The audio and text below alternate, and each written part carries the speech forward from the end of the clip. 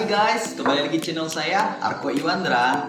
Baiklah guys, hari ini saya akan memberikan 4 tips jitu dalam menghafal bahasa Inggris. Menghafal apanya? Menghafal kosakatanya dong ya. Nah, apa-apa sajakah tips-tips tersebut? Yang pertama, saya jabarkan dulu ya. Yang pertama itu meaning, yang kedua adalah spelling, yang ketiga adalah pronouncing, dan yang keempat adalah making a sentence. Nah, kita masuk ke tips yang pertama, yaitu meaning.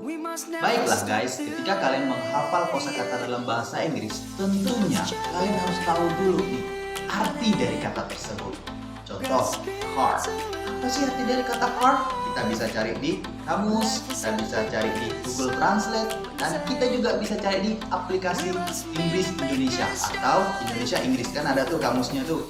Nah, yang pertama meaning tadi. Oke. Setelah kita tahu yang kita cari adalah kata car, kita cari nih di kamus, rupanya artinya adalah mobil. Nah, kita udah dapat nih tips yang pertama, kita udah tahu meaningnya. Kita lanjut ke tips yang kedua, yaitu adalah spelling. Apa itu spelling? Yaitu ejaan.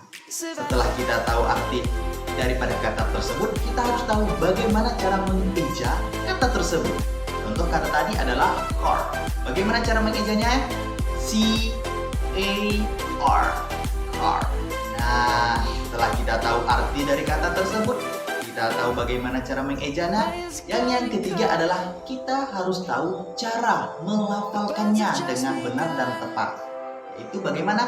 Kita bisa cari di Google Translate, itu biasanya ada tuh cara bagaimana cara melafalkan kosakata tersebut. Misalnya mobil, yaitu car, bukan car atau chair gitu kan. Nah, itu cara yang ketiga. Setelah kita tahu meaning, setelah kita tahu spellingnya, setelah kita tahu pronouncingnya, yang terakhir atau tips yang paling terakhir yaitu adalah making a sentence. Nah, ini tips yang keempat ini paling penting teman-teman.